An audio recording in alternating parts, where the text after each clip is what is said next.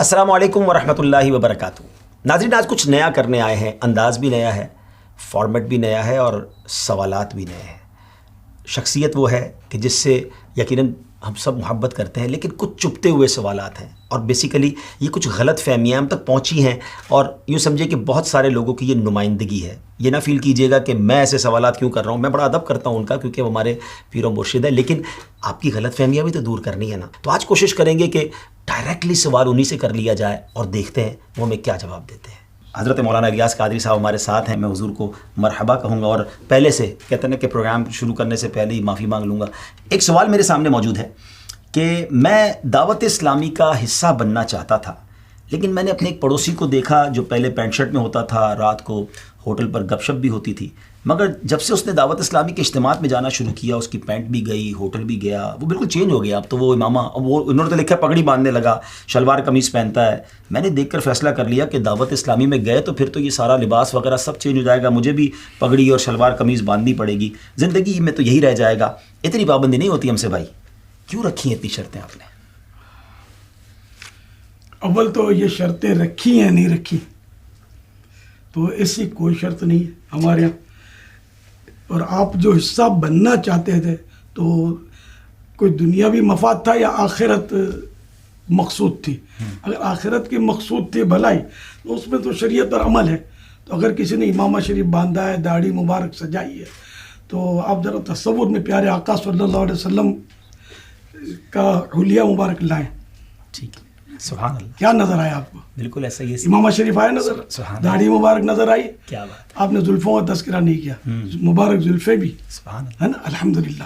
تو اگر کسی عاشق رسول نے جذبہ پیدا ہوا اور یہ حلیہ اپنایا تو اس کو تو ظاہر کا مطلب مرحبا کہنا چاہیے، نہ کہ اس کی وجہ سے آدمی پیچھے ہٹے، معاذ اللہ. بہرحال ہمارے یہاں کوئی پابندی نہیں ہے. پینٹ شرٹ والا بھی آ سکتا ہے، شرٹ ان والا بھی آ سکتا ہے. اگر کسی نے ٹائی پہنی ہے تو اس پر بھی کوئی پابندی نہیں ہے.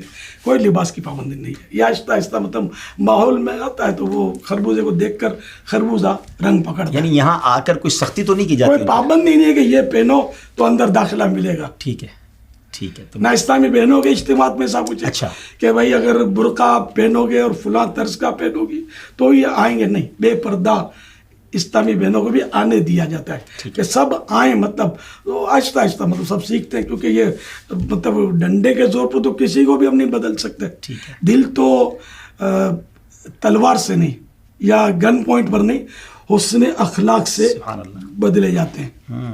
تو یہ آپ کی غلط فہمی ہے. چلیں جناب، غلط فہمی کا ازالہ ہو گیا اور امید ہے کہ بہت سارے لوگوں کی کنفیوژن دور رہی ہوگی کہ دعوت اسلامی میں کوئی پابندی نہیں ہے اور آپ آئیں، آپ کو ویلکم کیا جائے گا اور آپ پر کوئی سختی بھی نہیں کی جائے گی. اب ایک اور بڑا ہی عجیب سوال ہے کہ آپ بھی دعوت اسلامی کے بانی ہیں، نگران شورا ہیں. ہمارے چینل کے مبلغین یہ کہتے نظر آتے ہیں کہ ہم غیر سیاسی ہیں، ہمارا سیاست سے کوئی تعلق نہیں ہے. لیکن سیاست دانوں سے تو آپ کے افراد ملتے ہیں، اراکین شورا بھی ملتے ہیں، بلکہ سیاست دان بھی فیضان مدینہ آتے ہیں. تو یہ تو کچھ عجیب سا تضاد محسوس ہو رہا ہے. اس طرح کا میسج آیا نہیں، کسی سے ملنا یہ اس کی ہر بات سے متفق ہونا ضروری نہیں ہے نا. جیسے آپ کاروبار کرتے ہیں، دکان، اور آپ تو ماشاءاللہ نمازی ہیں، مگر آپ کی دکان پر بے نمازی بھی آ رہے ہیں اور شرابی بھی آ رہے ہیں، جواری بھی آ رہے ہیں، آپ ان سے ہنس بول بھی رہے ہیں. تو کیا اس کا مطلب یہ لیا جائے کہ آپ ان کرتوتوں سے بھی متفق ہیں؟ ہرگز نہیں. کسی سیاسی پارٹی سے کوئی تعلق نہیں ہے، نہ ڈائریکٹ نہ انڈائریکٹ، نہ مطلب ہمارا کوئی گٹھ جوڑ ہے. لیکن ہم ظاہر کہ یہ عام طور پر مسلمان ہی ہے نا. جی ہمارے یہاں پاکستان میں تو مسلمان ہی ہوتے ہیں عام طور پر. تو اب ان سے ہم ملتے ہیں تو اس میں فوائد ہوتے ہیں کہ یہ قریب آتے ہیں، یہ لوگ بھی نمازیں پڑھتے ہیں، شوبز والے بھی ہمارے یہاں آتے ہیں، ان کو بھی نمازی بناتے ہیں. اور ماشاءاللہ مطلب یہ کہ یہ تو ایک ایسی دعوت اسلامی نے ایسی تحریک ہے کہ سب کو ساتھ لے کر وایا مدینہ جنت کا راستہ لیتی ہے. متعدد انبیاء کرام علیہ الصلوۃ والسلام کا بھی مطلب یہ کہ بادشاہوں کے پاس جانا. حضرت سیدنا ابراہیم علیہ الصلوۃ والسلام کا جا کر نمرود کو نیکی کی دعوت دینا. تو اس طرح کے کئی واقعات انبیاء کرام علیہ الصلوۃ والسلام کے بھی ہمیں ملتے ہیں. پھر صحابہ کرام کے بھی ملیں گے اور اولیاء کرام بھی بادشاہوں کے درباروں میں، خلفاء کے درباروں میں جا کر ان صاحبان نے نیکی کی دعوت دی ہے. تو ہم بھی نیکی کی دعوت دے رہے ہیں. ہم کوئی اپنا کوئی الگ سے کام نہیں کر رہے. شریعت کے مطابق جو اجازتیں ہیں اس کے مطابق کرنے کی کوشش ہوتی ہے. آپ کو تو اس کو اپریشیٹ کرنا چاہیے اور آپ کو تو ہمارا حصہ بن کر ان کاموں میں آگے بڑھنا چاہیے. ماشاءاللہ ماشاءاللہ، واقعی بہت سارے مسائل حل ہو سکتے ہیں اگر یہ طبقے کو بھی دین کی دعوت دی جائے اور ان کو دین کے قریب کیا جائے. جناب آپ کے بارے میں ایک اور سوال آیا ہے کہ آپ کی ایک ویڈیو سنی ہے، وہ فرما رہے تھے کہ ہم موجودہ سیاست کا حصہ نہیں بنیں گے، لیکن جب خلفائے راشدین والی سیاست آئے گی تو سب سے پہلا سیاستدان الیاس قادری ہوگا. سوال یہ ہے کہ جب خلافت قائم ہو جائے گی تو پھر کیا سیاسی جماعت کی ضرورت ہوگی؟ اس وقت یہ سیاسی جماعت اور سیاستدان یہ اطلاعات چلیں گی نہیں. اچھا، یعنی میں اگر خلافت راشدہ کا دور آیا تو انشاءاللہ میں بھی خادموں کی کسی بھی مطلب کونے کھانچے میں کھڑا ہو جاؤں گا. اچھا، تو ظاہر ہے کہ میں پہلا سیاستدان تو میں حکومت تھوڑی کروں گا. یعنی مطلب الفاظ میں اب کوئی کہے کہ میرا بچہ تو چاند جیسا خوبصورت ہے تو آپ اس کے گلے پڑ جائیں. چاند جیسا خوبصورت کیسے ہو سکتا ہے؟ چاند میں تو روشنی نکلتی ہے، سمجھے؟ اندھیرا دور کرتا ہے. تمہارے بیٹے کو اندھیرے کمرے میں دیکھو تو خود وہ نظر نہیں آئے گا، یہ چاند جیسا کیسے ہو گیا؟ اور تمہارے بیٹے کے ناک، کان، آنکھ اور چاند میں تو کوئی ایسا کچھ ہے ہی نہیں. تو یہ مثال حسن میں دی جا سکتی ہے، حسن میں دی جاتی ہے عام طور پہ کہ چاند کی طرح حسین. تو اسی طرح یہ کہ ایک مبالغہ ہے یا ایک مثال ہے یا ایک اپنے جذبے کا اظہار ہے کہ اگر خلافت راشدہ والی حکومت آئی تو پہلا سیاستدان الیاس قادری ہوگا. یعنی اب وہ الیاس جو ہے کہتا ہے میں غیر سیاسی ہوں، وہ کہے گا کہ نہیں اب میں غیر سیاسی نہیں ہوں. ویسے ایک اندر کی بات پوچھوں آپ سے، کیا واقعی فائنل ڈیسیجن ہے آپ کا اب نہیں آئیں گے سیاست میں؟ کوئی بڑی آفر آ جائے تو؟ کچھ بھی آ جائے. اچھا، فائنل ڈیسیجن الحمدللہ. ارے کہ الیاس ہر ایک دور میں انمول رہا ہے. کیا نہ جس کو گولی ہٹا سکی، نہ جس کو دھمکی ہٹا سکی. اور آپ کو سب میرے اخبار میں سرخیاں بھی چھپی تو مجھے اپنے کوس سے الحمدللہ کوئی نہیں ہٹا سکا. تو یہ لالچ میرے کو ہٹائیے. تقریباً 2003 میں دعوت اسلامی کی مرکزی مجلس شورا کا قیام عمل میں لایا گیا. اس کے سال 2 سال کے بعد ہی الحمدللہ میں نے مرکزی مجلس شورا کو ایک تحریری پیغام دیا تھا. اس میں یہ عرض کیا تھا کہ اگر تمہیں کبھی دعوت اسلامی توڑنی ہو نا تو صرف یہ کام کرنا کہ یہ اعلان کر دینا کہ ہم سیاست میں آ گئے ہیں، تو دعوت اسلامی خود ہی ریزالو ہو جائے گی، ختم ہو جائے گی. ہم نے شروع سے ہی سیاست کا ذہن ہی نہیں دیا قوم کو، ہم نے مسجد کا راستہ دکھایا. لیکن لوگ یہ کہتے ہیں کہ جو آپ کا مقصد ہے اصلاح کرنی ہے، آپ حکومت میں آ گئے تو اصلاح کرنا آسان ہو جائے گا نا، سارے وسائل آپ کے پاس آ جائیں گے. خالی پاکستان کی اصلاح کریں گے؟ اگر کریں گے بھی تو مجھے اپنی اور ساری دنیا کے لوگوں کی اصلاح کی کوشش کرنی ہے. اور یہ بالکل یعنی شیخ چلی کے خواب جیسا ہے کہ ہم حکومت میں آ جائیں گے. بہت لوگ چاہنے والے ہیں آپ کے، پتہ چل جائے گا. اچھا ایسا ہے. دیکھو بندہ ایک بار بکتا ہے اور میں بکا ہوا ہوں مصطفیٰ کے ہاتھوں میں صلی اللہ علیہ وسلم. تو اس کریم کے ہاتھوں میں بک کر کیا میں سودا کینسل کروں گا؟ سبحان اللہ. وہ کسی شاعر نے بڑی پیاری بات کی ہے، غلام مصطفیٰ بن کر میں بک جاؤں مدینے میں، محمد نام پر سودا سر بازار ہو جائے صلی اللہ علیہ وسلم. دیکھیں پھر میں غلط فہمی دور کر دوں کہ اس کا مطلب میں یہ نہیں لینا کہ ہر سیاسی فرد جو ہے وہ برا ہی ہے، میں یہ کہہ رہا ہوں یہ نہیں سمجھنا. لیکن میں جنرل بات کر رہا ہوں، میں وہ بات کر رہا ہوں کہ آپ کو بھی سمجھ میں آ رہی ہوگی انشاءاللہ. لکل فن رجال، کہ ہر فن کے مرد ہوتے ہیں، تو ہر ایک کا اپنا اپنا فیلڈ ہوتا ہے، سمجھے؟ اب کوئی ڈاکٹر ہوتا ہے تو اب ڈاکٹر جو ہوتا ہے ذرا اس سے بدن کی اصلاح کروائی جاتی ہے. تو آپ سمجھیں کہ جب بدن کی اصلاح کر سکتا ہے، اتنا عقل مند اور ماہر ہے، تو یار اسکوٹر کی بھی اس سے اصلاح کروا لو. تو میرے لال یہ پنکچر بھی ڈاکٹر نہیں لگا سکے گا آپ کی سائیکل کا، آپ اسکوٹر اس سے بنوانے جا رہے ہیں. تو یہ مرد ہے اپنی یعنی کہ یہ بدن کی اصلاح کر سکتا ہے، دواؤں کے ذریعے کوشش کر سکتا ہے. اسی طرح جو انجینئر ہے وہ اپنا حساب کتاب کر سکتا ہے. تو یہ کہ ہر فیلڈ میں الگ الگ لوگ ہوتے ہیں. تو اس طرح سیاست والے بھی ہوتے ہیں، ان کی اپنی اپنی سوچیں ہوتی ہیں. ہماری یہ سوچیں ہی نہیں ہے، ہماری سوچ مسجد بھرو والی ہے. لوگوں کو نیکیوں کی طرف لاؤ، لوگوں کو خوف خدا کا درس دو، عشق رسول صلی اللہ علیہ وسلم کے جام بھر بھر کے تقسیم کرو. تو ہم لوگ یہ کوششیں کر رہے ہیں. تو اگر ایک کی جگہ سب جمع ہو جائیں گے تو پھر کام نہیں چلے گا.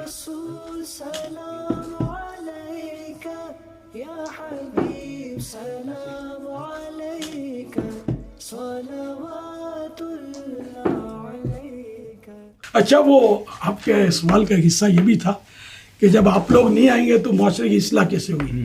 تو الحمدللہ دعوت اسلامی معاشرے کی اصلاح کی کوشش تو کر رہی ہے. کتنے بے نمازی بنے, کتنے مطلب چور ڈاکو مبلغ بنے, اور کیسے کیسے گناہوں میں پڑے ہوئے لوگ آ کر نیک بنے. اگر یہی کام آپ سمجھتے ہیں کہ سیاست میں آ کر ہو سکتا ہے, اگرچہ این خیال است و محال است جنوں, تاہم اگر یہ سوچتے ہیں تو یہ معاشرے کی اصلاح تو ہو ہی رہی ہے بغیر سیاست میں آئے. تب یوں بھی سیاست میں آنے کی ہم کو ضرورت نہ رہی. جناب کیٹیگوریکلی بالکل واضح انداز میں فاؤنڈر آف دعوت اسلامی نے یہ بتا دیا ہے کہ ان کی کتنے سالوں سے یہ سوچ تھی. اپنی جو مین کیبنٹ ہے مرکزی مجلس شورا کو بھی آپ نے 20 ایئرز پہلے یہ لکھ کر دے دیا اور بڑا واضح بتا دیا کہ یہ وہ غیر سیاسی ہے اور غیر سیاسی ہی رہے گی. حضور مدنی چینل جو ہے وہ بڑا اچھا چینل ہے. اس طرح کا بھی ایک سوال آیا اور اس پر سنا ہے کہ ایک صاحب کہہ رہے تھے کہ دین کا کام کرنا کسی خاص تنظیم کی ذمہ داری نہیں ہے. اگر آپ نے دین کا کام کرنا ہے تو آ جاؤ دعوت اسلامی میں. اب پوچھنا یہ ہے کہ دین کا کام کرنے کے لیے دعوت اسلامی میں آنا کیوں ضروری ہے؟ کیا بغیر دعوت اسلامی کے دین کا کام نہیں ہو سکتا؟ تو یہ تو آپ نے مبلغ نے کس نے کہا, کیا کہا, آپ نے کیا سمجھا. تو ہم نے کبھی بھی یہ دعویٰ نہیں کیا کہ صرف دعوت اسلامی میں رہ کر ہی دین کا کام ہو سکتا ہے. نعوذ باللہ, ایسا تو کبھی بھی نہیں کہا. دنیا میں کروڑوں مسلمان ایسے ملیں گے جنہوں نے دعوت اسلامی کا نام بھی نہیں سنا ہوگا, اور الحمدللہ اپنی اپنی جگہ پر باقاعدہ وہ مسلمان بھی ہیں, اور ان میں دین کا کام بھی کرنے والے ملیں گے. تو ایسا کچھ ہے نہیں, یہ شاید غلط فہمی ہی ہے.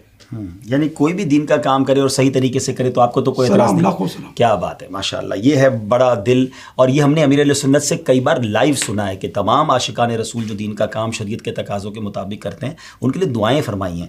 ایک اور سوال ہے اور بڑا ہاٹ سوال ہے حضور, اور واقعی جس کو کہتے ہیں نا کہ کر لیتا ہوں انشاءاللہ. ناظرین آپ بھی ساتھ رہیے گا, ایسے ہی چل رہا ہے, یہ ماحول کول ہے. ماحول کول ہے. ٹھیک ہے جناب.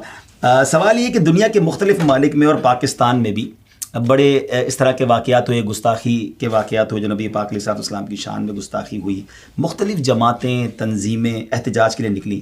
آپ تو اتنا یا رسول اللہ کرتے ہیں کہتے ہیں, لیکن آپ تو کہیں نظر نہیں آئے. تو یہ کہ آپ کو کیوں احتجاج نہیں کرتے؟ آپ کو نظر آنا ضروری ہے, یا جو مطلب ہے کہ بعض تنظیمیں کرتی ہیں تو کہ ہر تنظیم انہی کو فالو کرے, یہ ضروری ہے.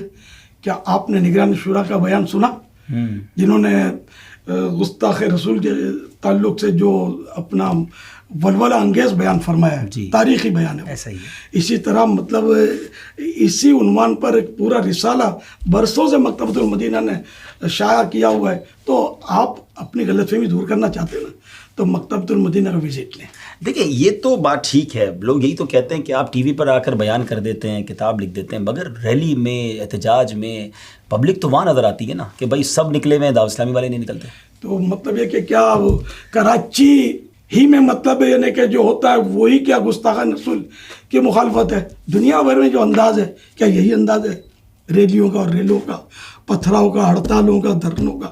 کیا یہ انداز ساری دنیا میں پایا جاتا ہے؟ نہیں, ایسا کچھ بھی نہیں ہے. تو دنیا بھر میں کروڑ عاشقان رسول ہیں جن کا انداز یہ نہیں ہے جو ہمارے یہاں ایک مطلب ٹرینڈ چلا ہے. آپ بتائیے ریلی میں کیا ہوتا ہے, عام طور پہ کیا ہوتا ہے؟ چل آپ بولیں گے کہ بھائی وہ شر پسند عناصر اس میں گھس جاتے ہیں, تو گھس جاتے ہیں نا, تو اپنے دروازے کیوں کھولیں گے گھس جائیں, اور جا کر مطلب پتھراؤ کریں اور گاڑیاں جلائیں اور حقوق العباد پائمال کریں. تو ہم مطلب پورا امن طریقے پر اپنے حساب سے کر رہے ہیں, اور اللہ کی رحمت سے عملی طور پر ہمارے پاس الحمدللہ آپ دیکھیں گے کہ باعمل عاشقان رسول ہیں. کئی بگڑے ہوئے لوگ آپ کو ملیں گے کہ جو آج الحمدللہ وہ جھوٹ بولنے سے متنفر, غیبتوں سے متنفر, اور آپ کو مسجدوں میں ملیں گے.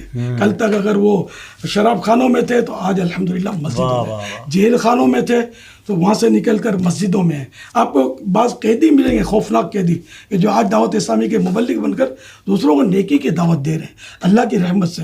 پریکٹیکل مسلمان بنایا جا رہا ہے, اور سمجھ لیں کہ جو گستاخان رسول ہے اس کے طریقے سے, اس کے لائف اسٹائل سے, اس لائف اسٹائل کو چینج کیا جا رہا ہے اور مسلمانوں والے طریقے پر لایا جا رہا ہے. اور یہ جو امپیکٹ دعوت اسلامی سوسائٹی پر ڈال رہی ہے کہ لوگ بدل رہے ہیں اور ان کی زندگی میں یہ بدلاؤ آ رہا ہے. جناب اب آتے ہیں کچھ دعوت اسلامی کے ویلفیئر کاموں کی طرف. دعوت اسلامی بہت سارے ویلفیئر کام کرتی ہے. FGRF ایک ڈپارٹمنٹ ہے.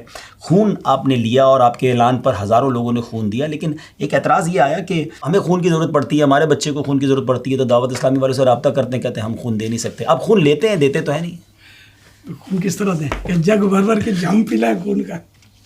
ہم لوگ جو ادارے ہوتے ہیں نا, وہ ادارے ہم سے خون طلب کرتے ہیں, ہم ان کو خون پرووائڈ کرتے ہیں. ٹھیک ہے, ہم ان کو خون پرووائڈ کرتے ہیں. پھر یہ اپنے طبی جو بھی معاملات ہوتے ہیں اس کے مطابق جس کو ضرورت ہوتی ہے وہ خون اس کو باقاعدہ بلا کر اس کو لیٹا کر ایک پراپر اس کا طریقہ اس کے مطابق چڑھا جاتا ہے. تو اگر آپ کو بھی ضرورت ہے تو ان اداروں سے آپ رابطہ کریں. ٹھیک ہے, اور آپ کو خون دیں گے, کیوں نہیں دیں گے. ٹھیک ہے, یعنی یہ آپ کو کلیئر ہو جانا چاہیے ناظرین کہ یہ غلط فہمی دور کیجئے کہ ہم بلڈ لے کر اپنے پاس کسی بینک میں نہیں رکھتے کہ ہم آپ کو وقت آنے پر دے سکیں. اس کا بلکہ میں آج کلیئرفائی کر دوں کہ یہ بلڈ کا بھی پروسیجر ہے. یعنی ہمیں ایسا بھی ہوا کہ ماشاءاللہ امیر اہل سنت کے اعلان کے بعد ہزاروں لوگ بلڈ دینے کے لیے تیار ہو گئے, تو ادارے والوں نے منع کر دیا کہ ہمارے پاس, مثال کے طور پہ ایک بڑا ادارہ تھا, اس نے کہا میں روز کی 300 بیگ لے سکتا ہوں, اس کے زیادہ بیگ دیں گے تو خراب ہو جائیں گے. ہمارے پاس اس کو پروسیجر کر کے اس کا ایک پورا طریقہ کار ہے, پھر اس کو فریج کرنا ہوتا ہے, تو ہم اس سے زیادہ بلڈ نہیں لے سکتے. اور بلڈ 15 دن کے اندر یا میکس کچھ اس کے اندر لگانا ضروری ہوتا ہے, تو اس کے بعد وہ بلڈ بھی کام کا نہیں رہتا. تو وہ ان کا پروسیجر ہے, ہمارے پاس تو ایسا کوئی پروسیجر کا سسٹم نہیں ہے. تو واقعی مجھے بھی اس طرح کی کالز آتی ہیں کہ بھائی ہمارا اچانک ایمرجنسی ہو گئی, آپ بلڈ دیں, آپ لوگ تو اتنا بلڈ جمع کرتے ہیں. تو ہم جمع کر کے فیضان مدینہ میں نہیں رکھتے. ہاں یہ ضرور ہے کہ ہم ان اداروں کو دے دیتے ہیں. ناظرین آج 28 اگست 2022 سے جب ہم یہ پروگرام ریکارڈ کر رہے ہیں تو آج تک کی جو فگرز ہمارے پاس ہیں آلموسٹ اپروکسیمیٹلی 53,000 کے قریب بلڈ بیگز دعوت اسلامی کا ڈپارٹمنٹ FGRF تھیلیسیمیا کے مریضوں اور دیگر امراض کے لیے یوں سمجھے کہ اداروں کو دے چکا ہے. یہ بہت بڑی خدمت ہے. یاد رہے کہ کسی سنگل NGO کی اتنی بڑی فگر نہیں ہوں گی جو الحمدللہ FGRF کی, اور یہ کنٹینیو سلسلہ جاری ہے. اور اللہ کرے کہ آپ کی غلط فہمی جو ہے وہ دور ہو گئی ہو کہ ہم بلڈ کیوں نہیں دیتے اور لیتے کیوں ہیں, یہ بھی پتہ چل گیا ہوگا. اب ہم اگلے کوشچن کی طرف موو کرتے ہیں, اور یہ تھوڑا سا مزید کراس ہے سوال, اور ظاہر ہے کہ یہ سوال آئے ہیں جو میں پیش کر رہا ہوں کہ لوگوں کے بارے میں بتایا گیا کہ دعوت اسلامی کے کچھ ذمہ داران یا نگران جب وہ دعوت اسلامی کا کام کرتے ہیں تو ہم ان کے کاروبار میں بڑی ترقی دیکھتے ہیں, گاڑی لے لیتے ہیں یا بعضوں کا ترقی کر جاتے ہیں. پوچھو بھائی یہ کیسے ہو گیا, تو کہتے ہیں یہ دعوت اسلامی کا کام کیا تو اس کی برکت ہے. یہ کیسی برکت ہے کہ دین کا کام کر رہے ہیں اور آپ کا پیسہ بڑھ رہا ہے. یہ اصول یاد رکھیں کہ نیکی میں برکت ہے اور گناہوں میں نحوست ہے. تو گناہ میں آپ بولو کہ گناہ گار تو بڑا مالدار ہوتا ہے. نمرود بڑا مالدار تھا اور پوری دنیا پر اس کی حکومت تھی. تو آپ بولو کہ تو تھا یہ مطلب یعنی کہ نان مسلم, تو یہ تو برکت, یہ برکت نہیں ہے, یہ مطلب اس کے لیے تباہی ہے. قارون کا خزانہ مشہور ہے, بہت بڑا مالدار تھا, لیکن وہ زمین میں دھس گیا اور اس کا خزانہ اس کے سر پر ساتھ میں دھسا جا رہا ہے. تو برکت نیکیوں میں بھی برکت ملتی ہے. کبھی مالی اعتبار سے حلال روزی کی صورت میں کسی کو برکت مل گئی تو وہ بھی ٹھیک ہے, اللہ نے اگر دیا ہے تو مال مطلقاً برا تو نہیں ہے نا. جس کا مال حلال ہے اس سے وہ زکوٰۃ ادا کرتا ہے, اس سے وہ حج کرتا ہے, عمرہ کرتا ہے, قربانیاں کرتا ہے, غریبوں کی مدد کرتا ہے, اپنا پیٹ بھرتا ہے, ماں باپ کی خدمت کرتا ہے, بال بچوں کی سیوا کرتا ہے. یہ مال تو بڑا کام کی چیز ہے, جبکہ ہو حلال اور رضا الہی کے لیے اس کا ہو استعمال. باقی 2 نمبر کا مال تو پھر 2 نمبر کا وہ جہنم میں لے جائے گا. جیسے رشوت کا مال ہے یا چوری کا مال, یا مطلب یہ کہ جھوٹ بول کر دھوکہ دے کر جو کاروبار چمکاتے ہیں اپنا اور لوگوں کو دھوکہ دے کر جو مال حاصل کیا, ظاہر ہے وہ تو گناہ کے کام ہے اور یہ جہنم میں لے جانے والے کام ہیں. تو اگر کوئی مالدار ہو گیا ہے اتفاق سے تو سب تو مالدار نہیں ہوئے الحمدللہ. ویسے بھی میں تسلی کی رض کروں, دعوت اسلامی کا ایک پورا نیٹ ورک ہے اور ایک سسٹم بنا ہوا ہے, اور جتنا بھی چندہ ہوتا ہے نا, چاہے 1 روپے کا چندہ بھی اگر کوئی بھی علاقہ کرے گا نا, اس کے لیے یہی سسٹم بنا ہوا ہے کہ وہ دعوت اسلامی کی مالیات کو جمع کروائے گا. اپنی مرضی سے اس 1 روپے کو وہ استعمال نہیں کر سکتا. تو اگر کسی نے کر بھی لیا تو اس نے ایک تنظیمی قانون کی خلاف ورزی کی, اور اگر وہ 10, 20, 100, 50 روپے اس طرح کر بھی گیا وہ, تو مالدار تھوڑی ہو جائے گا. اتنا تو دعوت اسلامی کسی کو کھانے نہیں دے گی. کا سسٹم الحمدللہ ثم الحمدللہ مضبوط ہے. آپ کا جب چیز آئے آپ معلومات کر لیں, پوری مالیات بنی ہوئی ہے ہماری.